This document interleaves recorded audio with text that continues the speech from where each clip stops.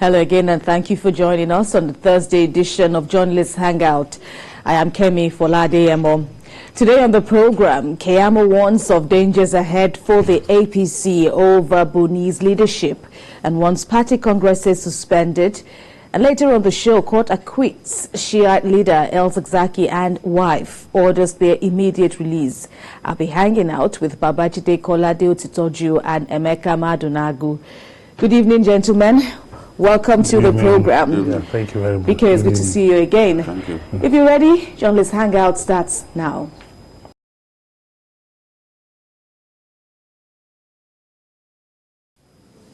We begin on a sad note by commiserating with the National Youth Service Corps and parents of 5 prospective Corps members that lost their lives in a ghastly motor accident along the Abaji-Kwali Expressway on Wednesday.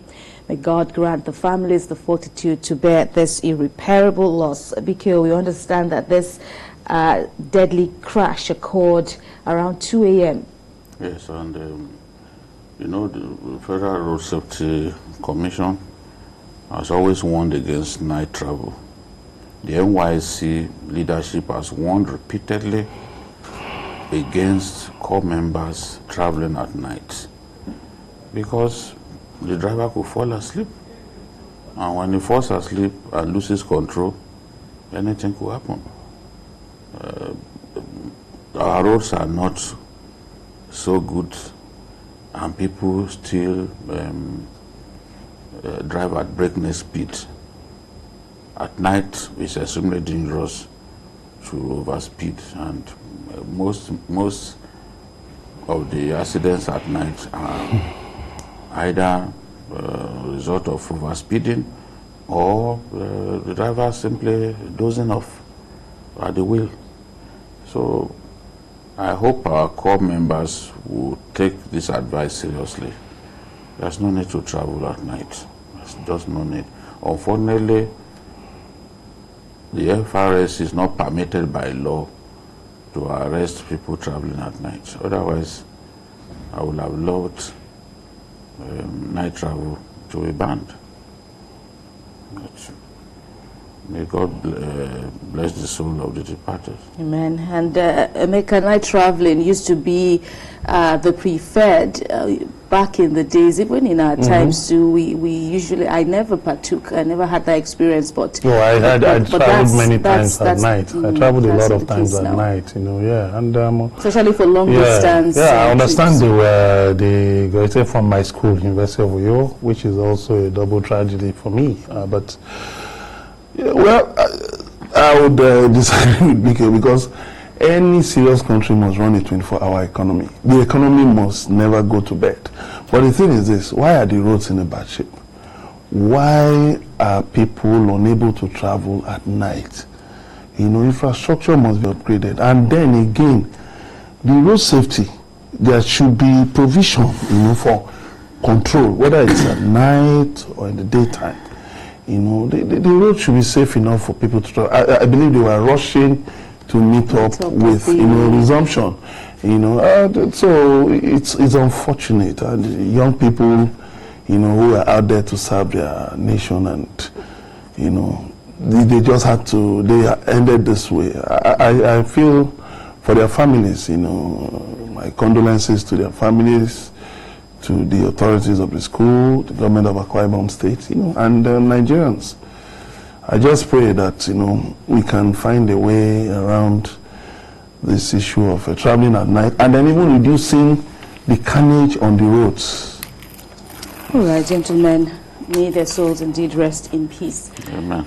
Let's talk about the law now, which they say is a donkey capable of being applied to achieve many tasks. The Supreme Court judgment on the Ondo State governorship election petition was a case of using a stone to kill 2 birds for the ruling All Progressives Congress. On one hand, the judgment validated the election of Governor Rotimi Akeredolu, and on the other, afforded the APC the grace to evaluate the competence of its caretaker and extraordinary convention planning committee, which is led by Governor Mai Mala Buni. A chieftain of the party, who is the Minister of State for Labor and Employment, Festus Keyamo, has now warned that since the verdict of the Apex Court has called the Buni-led committee to question, opponents will challenge its competence and any Congress it organized. Mr. Keyamo, who is a senior advocate of Nigeria, also urged the APC to act now and suspend the planned congresses, as it will amount to an exercise in futility. But the APC, in a statement earlier today, says the world congresses will go on as scheduled, and so the days ahead will be interesting. BKO, whose side are you on now? We're having two reactions, in fact, at least two reactions. Mr. Babajide Ojude is also said to be aligning himself with the Keyamo position, as with Itai Enang. What do you make of this? To preview what we said here yesterday. On Wednesday, indeed. Everything we said here yesterday was what Keyamo repeated. Just take a look at that footage again.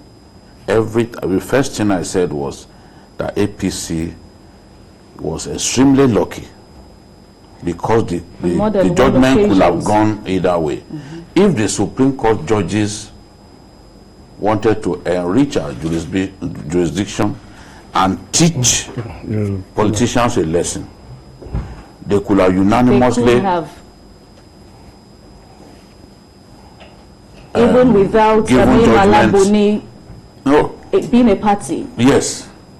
Because whether it was a party or not, someone had gone against the law. Not just the APC constitution, but the Nigerian constitution. So I really don't see what... which they acknowledged. Yes, the truth is, Keyamo said the truth. The truth is always bitter for truth-hating people to accept. This party was going to be in this kind of mess in 2018. You remember that it was the VP that saved the power-hungry individuals in the APC from plunging the party into a big mess. The VP warned that, gentlemen, the tenure of this ESCO has ended. Whatever action they took now will be rendered a nullity, because you can't build something on illegality. Yeah. That is a fact. The VP made a convincing argument, and at the end of the day, the four governors who rose up at that time to say no, Baba Oyegu must continue in office, and just based on their own selfish interests, they had to eat humble pie in the end. But at the end of the day, the party was able to listen. To organize congresses, and the new leadership led by Oshomole, emerged, and Oshomole successfully led the party to victory in 2019. Now, what do we have?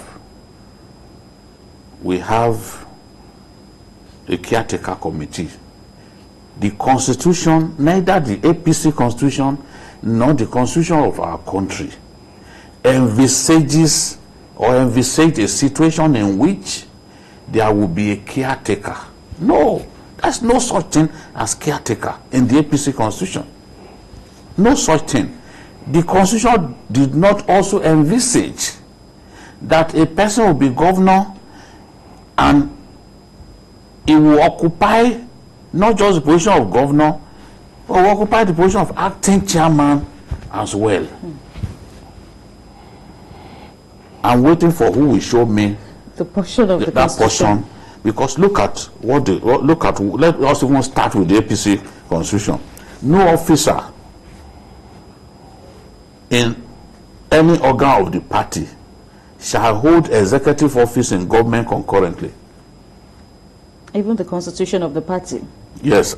Article 17 subsection 4 of the APC Constitution. It says that. Then Section 183 of the 1999 Constitution says the governor shall not, during the period when he holds office, hold any other executive office or paid employment in any capacity whatsoever. Indeed. From the way those justices spoke, whether in giving their minority judgment and all that, they were clear that Mai Mala Buni was the issue in this matter. And the fact that he was occupying the position of acting chairman or caretaker chairman of the party was the issue. And they repeated the fact that APC was lucky because the PDP were not smart enough to join Mai Mala in the suit. All of the people hitting their heads against the wall now and saying, no, there's nothing wrong, we'll go ahead and all that. What would they have done if the PDP were smart enough and they joined Mai Mala in the suit and the judges overwhelmingly decided to kick to nullify the election? Akredolu into touch. What would they have done? Because people can make all kinds of remarks. We know that it's not easy to give up power.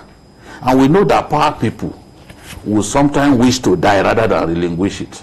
But where you want to bring down an entire party just for you to continue to be relevant, for you to continue to occupy the position, that is the height of selfishness. And the definition of being selfish is anybody who puts himself first. So this is it. I'm used to this. I'm a historian. I know that they were in this kind of mess before. If you go back to what I said when we were debating what the VP said, all of the governors who got up to say, no, we must keep Oyegun in office. I mentioned each and every one of them. And I'm happy that at the end of the day, the president, after listening to all of the arguments, including the ones that made sense and the ones that made absolute illogic, the president said, let us go for election. Why are people afraid to obey the law? Is this not a democracy? Why are people scared to let the law take hold of the affairs of men? Well, the APC's National Secretary is saying that while he will not join issues with Mr. Ujudu, Senator Enang, and the senior advocate of Nigeria, Keyamo, he's also saying that that judgment had no bearing on the whole caretaker extraordinary committee. No problem. And that the congresses will go on as scheduled. Was it not the late Chibola Ige that said, I see, don't look. We're watching them. Because even the congresses are doomed to fail.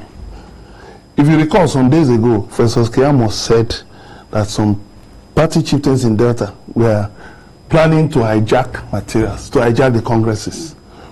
Magnus Abe issued a statement, Senator Magnus Abe. Remember, he was the one that did APC in 2019 elections in Rivers State. He issued a statement and said APC should find a way around it. Now, towards the end of his statement, he said, even as at now, they've not got materials or anything, any information about the congresses that are set to be scheduled for Saturday. In Osun State, they're already saying, people are already saying that nothing like consensus. And the same thing all over the place. So, what are you going ahead with? Congresses that are already mired in controversy. Then I read the statement of the Deputy Senate President, Ovieomo Agege. You know, well, I found it somewhat strange, you know, some of the arguments he was bringing up. That Mala Buni, you know, was caretaker committee chairman of APC, just, you know, just helping out the party, you know, as an assignment. He was now trying to equate it with chairmanship of the Governors Forum or President Buhari's chairmanship of the African Union. And I now ask a question. I think they should go and see, they should go and find out how Ngige fell as Anambra State governor. They should go also and find out how Rotimi Amechi came back to power. You remember, the Supreme Court said it's parties that produce candidates. You can't equate a party, a political party that presents candidates for election with an association of voluntary membership. You get me? So for you to now try to draw those things, it's so simple. All they just need to do, all that any interested party member needs to do is this. All right, you go ahead with the congresses. They will now, since you say the Supreme Court didn't directly address it, no problem. They will just simply take that strand and turn it into a case. Since there's already a minority judgment at the Supreme Court, it will form a basis for a long drawn out suit. And let me tell you one thing these people don't realize. There is no time. By this time next year, APC, all the political parties will be heading into presidential primaries. Take note, presidential primaries, they will be busy with presidential primaries, governorship and all of that. So if APC does not put its act in order now, it's going to be, in fact, it's going to shoot itself out of 2023 elections. So the basic thing is this, whether it was the minority that decided, because the Deputy Senate President, he also tried to play it up, that it was a minority, it was the minority judgment that brought it out. But you see, the law remains the law. All it needs is for some very clever lawyers because say the same senior advocates of Nigeria that will just take that strand, build on it.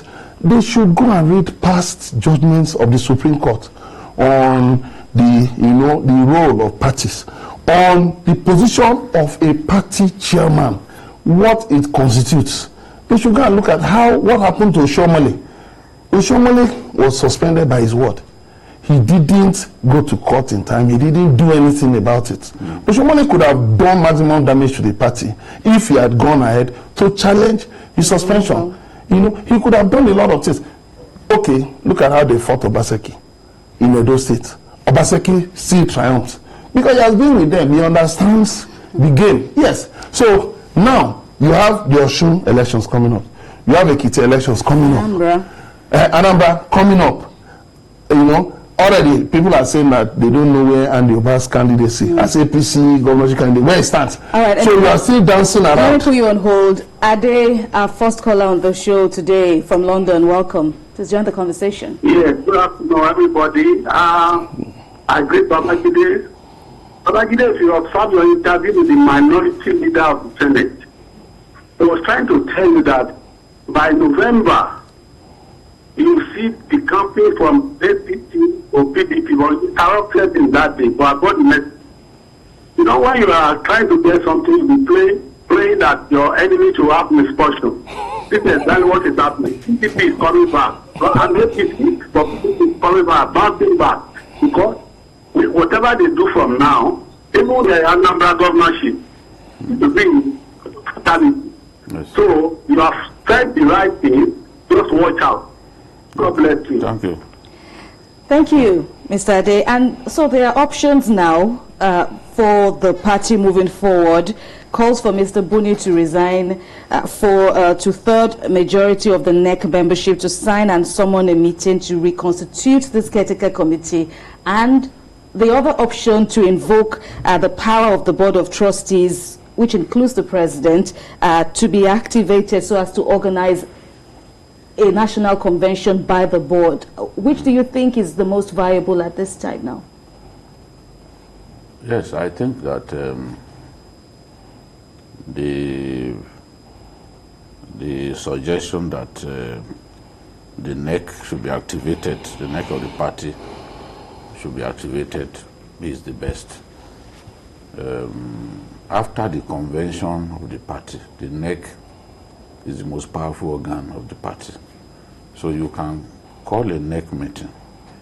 By the way, the constitution of the party does not also recognize virtual meetings. Yes, none of us will say that COVID will come, but the constitution does not make allowance for eventualities. You are a lawyer, you know what I'm talking about. You can't see it all. Yes, the Constitution does not say you can hold your meetings via Zoom or whatever. So let them call a proper meeting. And the neck of the party can call a meeting. Even at that, the meeting that was called to set up the caretaker committee was an illegal one. Because the person who called the meeting was not permitted by law to even call that meeting. And then you went ahead, set up a caretaker committee. We said at that time that it was wrong, that it was not known to the constitution of the party that you have a caretaker committee. You know? But of course, people will not listen. People like Giadome or Giadom or Victor Giadom, yes, had even ceased to be members of APC. But the governors who were desperate to take over the party, because governors now, especially APC governors, all they want to do is simply hijack the party and take complete control of the party. And some of them did not even join the party from inception. Yet, all they after, I know some of them that came from PDP that even took part in primaries in PDP. Today they are behaving like God. God with the small letter G. That's how they are behaving. They don't want anyone else to talk. They want to take all the big decisions. They will go and see the president at night, late at night, confuse the old man, and then come and take decisions that will have tremendous impact on the well-being of the party. This is what they are doing. So their selfishness led APC to lose 4 states against my warning. I've been warning them since 2016, but they will not listen because permanently there is hands-free in the ears of some of them. This hands-free gadget, yes, permanently. So they won't listen until they do it and then they regret it.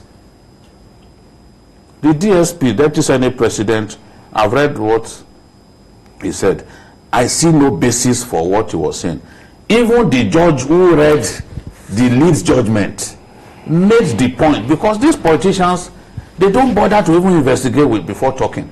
The judge who read the lead majority judgment mentioned the fact that the PDP failed to join May Malak Boni, and that was wrong. So why do you think a judge will say all of that? The judge was trying to explain what caused them to fail. But that illegality, despite the fact they lost that case, that illegality remains. Someone else can use it. Absolutely. And I think this morning we heard that the YPP in Anambra is already saying that you, Andy Uba, you are going nowhere. You know, Andy Uba was governor for 19 days. He wants to be governor again. Now the YPP is saying, you are governor for 19 days. But this time around, they will not even allow you to get close. They are not fools. People have seen a trap that they can exploit. So this is the time. I'm not advising them. I'm just saying it the way it comes from them. I don't have to advise them because after all, they are not going to pay for the advice.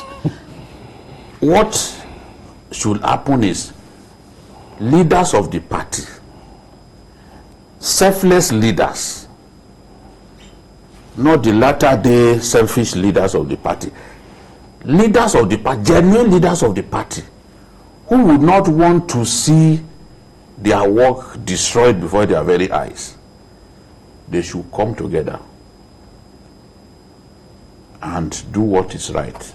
What is right is to respect the Constitution. It is not Babajide who wrote the Constitution, but the letters of the Constitution are clear. You cannot deceive. You can deceive yourself, or you can't deceive those judges because they will wait for you. Yes.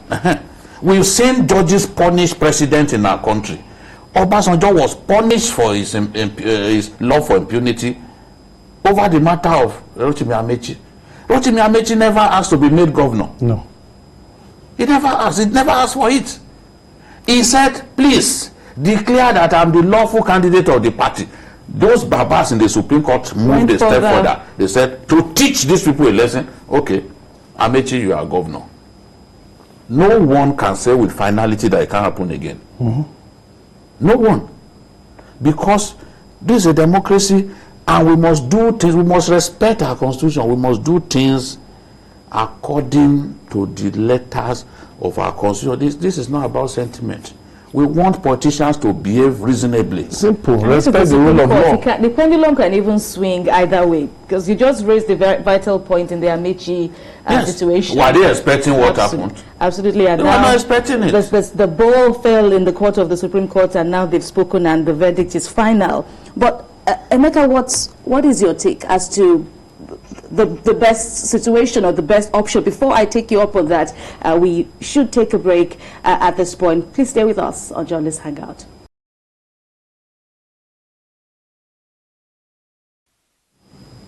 You're watching Journalist Hangout on TVC News. Thanks for staying with us. Back to our conversation on reactions. Of course, the last hasn't been heard on the Supreme Court decision on the candidacy of Ondo State Governor Rotimi Akeredolu. So, well, it's Thursday. Saturday is almost here, talking about the planned ward congresses. But what do you think the party should be looking at right now? Well, I won't be surprised if some members get an injunction tomorrow from any court. Yes. Because we've seen that politicians, they can even go to an area court to get injunction. They can go anywhere. They can go to a state high court and get it. So I won't be surprised if an injunction suddenly springs up to stop the congresses. Tomorrow is Friday now. That would be a good injunction. You know the way they spring things up at the last minute. Now, the second thing is this. Just like Jide said, you see, APC should follow due process. They should go and learn from PDP. PDP was heading to destruction when, the big wigs in the party now said, listen, this is the vehicle that brought us to power. Why should we now let the engine, in fact, the vehicle go up in flames, and then we'll be left out in the cold? So they subsumed their interest and allowed the party to come back.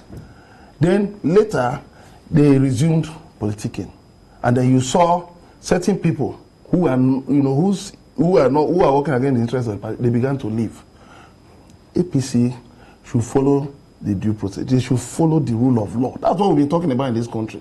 They should adhere to the rule of law. They should respect their constitution. They should respect the Nigerian constitution. And then all these people trying to give some strange interpretations to the Supreme Court decision should realize something. There were people who advised Ngige to continue. Don't worry, everything is okay. Until, if you remember in the early days of the First Republic, there was this slogan, it's a victory for democracy. If you remember, lawyers will collect money from politicians, deceive them that don't worry, you win. Then when the politicians are flatly defeated, they'll say it's a victory for democracy. After you've collected people's money. So they should just realize that, you see, it is not enough to say all is well, all is well. Politics is about mutual interest, mutuality of interest. So they should bury their ambitions. And then now, look at how to salvage the party, because the thing is this, there is no time. There is no time. I'll repeat it, there is no time. They should not think that they have time in their pockets, because, you see, if Nigerians get tired of waiting on these people, and, and they cannot get their house together, what will naturally happen? PDP will just come. Look at in Anambra. APGA is having problems. APC having problems. PDP having problems. Fine, you buy just bouncing but there. APGA has spoken. No, but the court again has said Umeji, the candidate. So indeed, what I'm saying is this. What I'm saying is this. Too.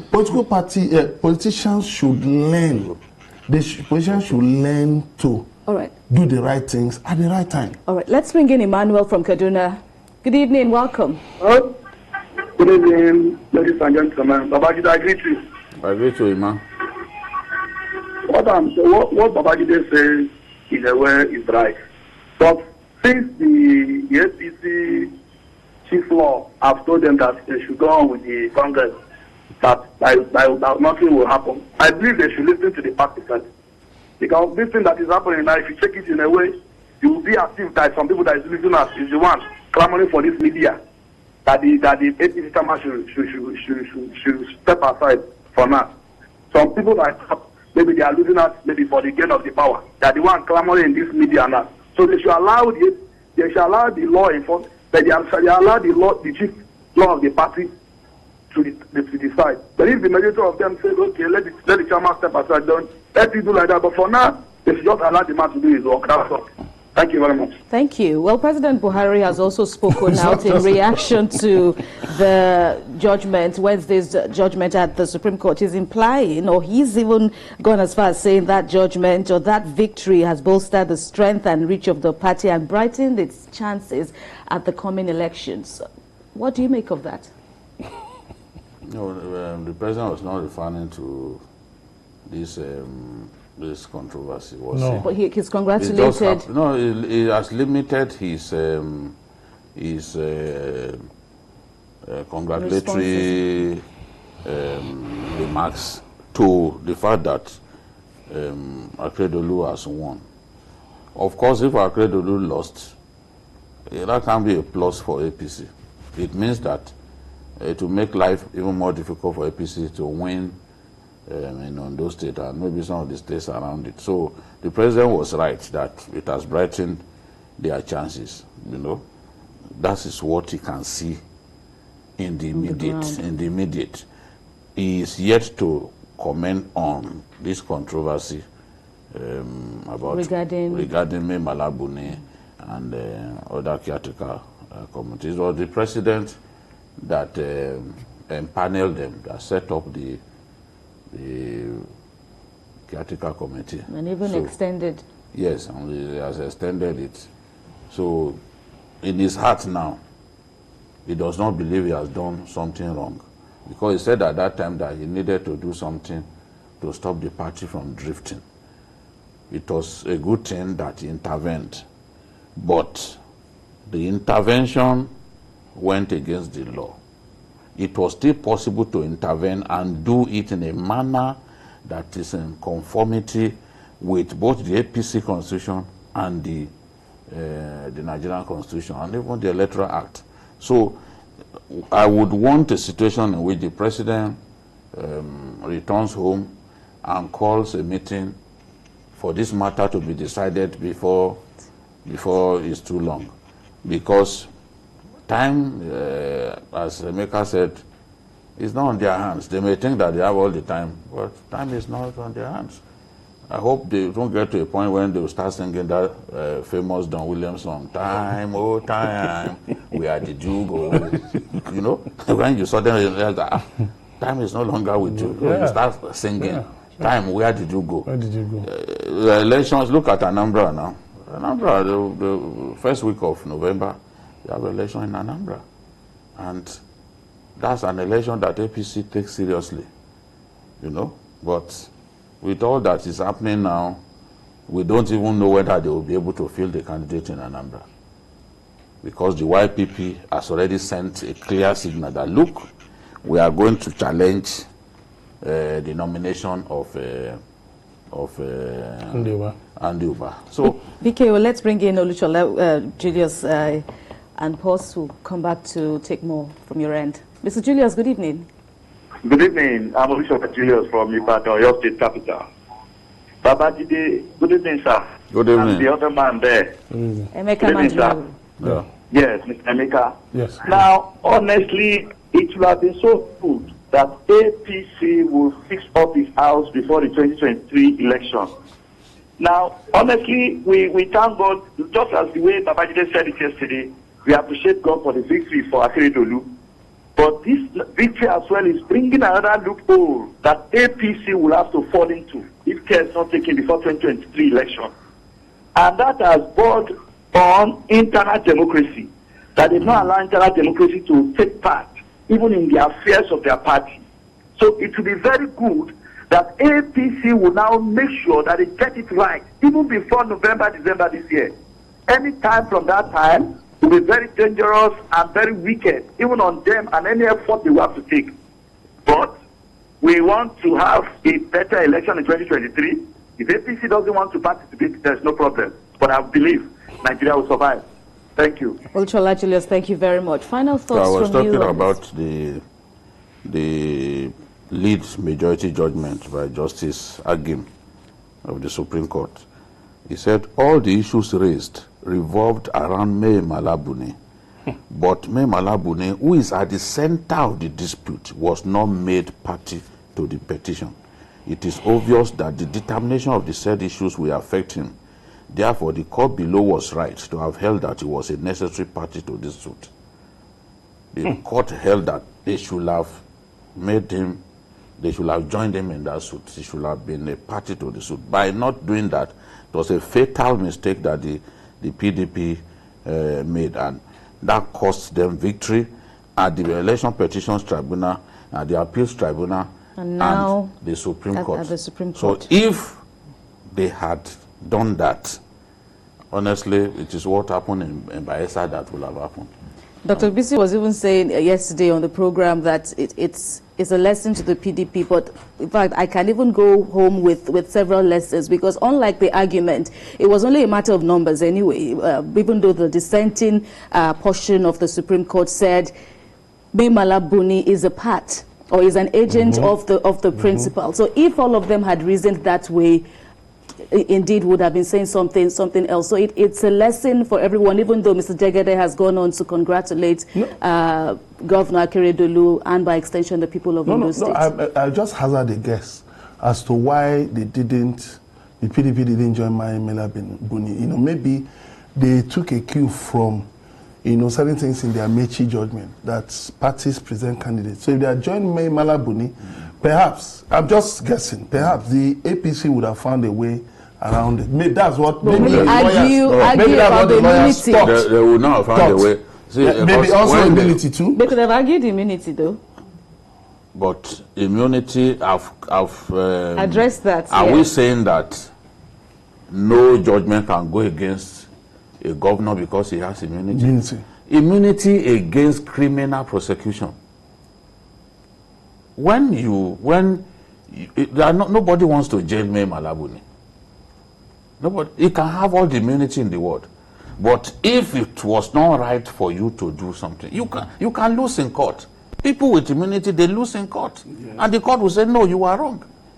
When I hear this immunity thing, it's ridiculous. I'm not a trained lawyer. Well, I don't see how someone can say that because a person has immunity, then he can do what. When we say the Constitution is supreme, then you can go against the Constitution. Governors lose in court. We see it. You go back. The judges will give judgment against you if you run foul of the Constitution. This is not a matter where people can cite immunity. And if they want to... Especially since he was even acting in his capacity as the head of the party. You know why the immunity thing was designed? Is to allow governors to face their work. People will come up with civil cases, all kinds of civil cases that will not allow them to communicate, to do their work. That's the idea. The immunity is not designed to allow governors or the president to infringe on the laws of our land. And we've seen presidents lose in court. We've seen governors lose in court. So in this case, it was not the issue of immunity. They should have yes, from the first day in that lower court, they were told that you should have joined him, and that's what the judge who read the lead judgment said, that they should have joined him from the beginning. From the beginning, all right. And they saying that they didn't say, oh, he had immunity. Maybe that was why they did. Those judges will have said that. They would have said that. They would have said that. I concede to your superior argument. Thank you, gentlemen. But let's move on. We still have to talk about yet another a lingering tussle or a court battle now, as respite has now come for the leader of the Islamic movement in Nigeria, Sheikh Ibrahim El-Zakzaky, and his wife Zinat. This over the long-time battle with the Kaduna State government, as a high court in the state has freed the embattled Shiite leader who had been in a legal battle with the government for more than 4 years. In a ruling that lasted for more than 8 hours, the judge, Justice Gideon Kunada, upheld the no-case submission filed by El-Zakzaky and his wife.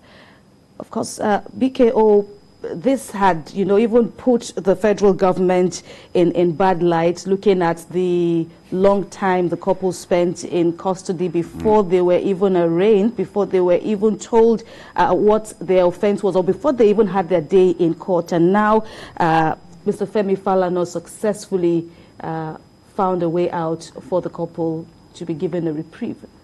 Yes, and I'm happy that the rule of law has prevailed. No man is bigger than the state. No governor, no president is bigger than the state. The preeminence of the Nigerian Constitution is affirmed. No one can do anything about that. So right now, the Sheikh has won his case. In fact, the most damaging part of it is that it was even a no-case submission. Not even it didn't even go through for its no-case submission to have trial. succeeded. That's to tell you that his lawyers were confident that the prosecution did not have any case. It's just like Usoro the other day, that the EFCC couldn't prove. Yes, just like just former principal secretary Aaron Saye. Also a no-case submission. A no-case submission also succeeded. So, and I saw where the lawyers argued that, look, even the law by which you sought to have him jailed, that law didn't come into effect until after he had committed the offense. So how does a law come into effect in 2017? Somebody committed the offense in 2015, and you sought to punish him for a law that was not there at the time he committed the offense. So kudos to them. I'm happy that the law has prevailed. I said at that time that the army was guilty of disproportionate response. I remember saying that. I'm happy that even the judicial panel, that same point was made. And that panel recommended the trial of soldiers who slaughtered members of El-Zakzaky's group, including women and children, in the dead of night. They recommended their trial. That has not happened. This is in our country. That even soldiers connive with kidnappers and they never get justice. They are never brought to justice. So I'm not surprised. But I just hope that this sort of thing will not happen again. I mean, the couple have suffered. They lost their son, and then stay for that long in detention. And at the end of the day, this trial, well, indeed, this trial was, fraught with so many issues. Every time the trial was adjourned, every time hearing was due, heightened tension, security on high alert, and all that. And of course, like the judge noted, or like this intervention now by the legal team, there was even no need for the El-Zakzakys to even put up a defense at all, because it was on the strength of the prosecution's case that the judge arrived at its decision on Wednesday. Yeah, it was very clear. I think, well, speaking personally, I think maybe some people just felt they needed to deal with this man. Just put him through mental torture. Possibly, he would, maybe they felt he would have died in the process. And I say it with all sense of responsibility. And so, but somehow, the man survived. And what do we have here? What do you really have against him? What case do you have against him? Look at the number. Look at the number of members. They said they lost about 1,000 members on that. In 2015. Then at every trial, see how the police have and soldiers have mowed down their members. Look at how many members of this group have been killed for no reason. Listen, you see, we must begin to respect, value human life. You know, the way security forces open fire, kill people as if they are shooting at. You can even in certain countries you can't just kill animals. Can't use live ammunition. Not to talk of human beings. So then again, I hope sometime in future there will be a law bringing to account people who initiate frivolous, baseless, litigation on behalf of government that leads to nowhere. Because you can't just be using the power of, the power of government, against citizens. You're supposed to use it. The Constitution says that government exists for the well-being and security of the people, not to put the people through mental torture. But let me interrupt and bring in now for more reactions on the El-Zakzaky ruling in court on Wednesday. The president of the Media Forum of the Islamic Movement in Nigeria, Ibrahim Musa, is live with us now. He's joining us via Zoom for more on this. Welcome to Journalist Hangout on TVC News. The IMN must be very happy at this moment following the verdict at the Kaduna High Court. Tell us more about your feelings right now. Yes, our feelings, we are very happy. We are grateful to Creator Allah subhanahu wa ta'ala for giving us this victory. Many people in many cities are slaughtering rams. People are jubilating on the streets, enjoyed by our leader, Sheikh Ibrahim Zakzaky. We have that can vividly describe how we feel actually. We really feel that our leader has been incarcerated for so long, and many of his followers have been killed for no reason, just as one of your participants, that it seems these people don't value human life, because there is nowhere where it is said sisters should be mauled down by bullets from the soldiers. So we are very grateful to Allah for this victory. Where is the Sheikh now? Where is Sheikh Zakzaky now? The Sheikh is at home, Abuja now. He has left Kaduna actually. Okay, it's in Abuja. What is this? What is the state of his health at this time? This is our utmost concern, because he has many bullet wounds in his body. In fact, some international doctors confirm that he has about 34 bullets in his body, and he's been affected by lead poisoning. That is why he even got permission from the court to travel to treatment. But unfortunately, it was against us. The trouble or the cause problem on so many fronts, making it.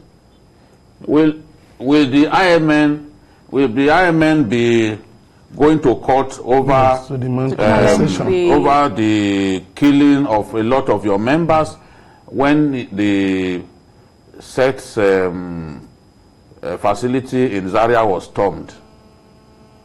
For now, I cannot say on such cases or not, because we are now more concerned about getting him a proper. But there is high probability that this might come up, because atrocities committed by the Nigerian army and other security agents against us be described. It is just awful and unfortunate. Judging from what has been happening to the movement for the past 40 years, the security agents attacked us, we go to court to seek damages. Believe Allah, the Supreme Creator, will intervene. Probably, since this is the worst at facing we face so far, probably the change its attitude and go to court. But this totally depends on what the Sheikh decides. Thank you very much, Mr. Ibrahim Musa. He's the president of the Media Forum of the Islamic Movement of Nigeria. We've run out of time. Thank you very much indeed. And thanks to the gentlemen in the house with much. me on the set for Journalist Hangout, BKO and Emeka Madunagu. Thank you much. for your contributions on the program today. Join us again tomorrow for another episode of the program. Don't forget to also join us on Journalist Hangout on Sunday at from 1:30 p.m. to 3:30 p.m. for Sunday special. For Journalist Hangout Sunday special, of course, we're on YouTube at youtube.com/TVC News Nigeria.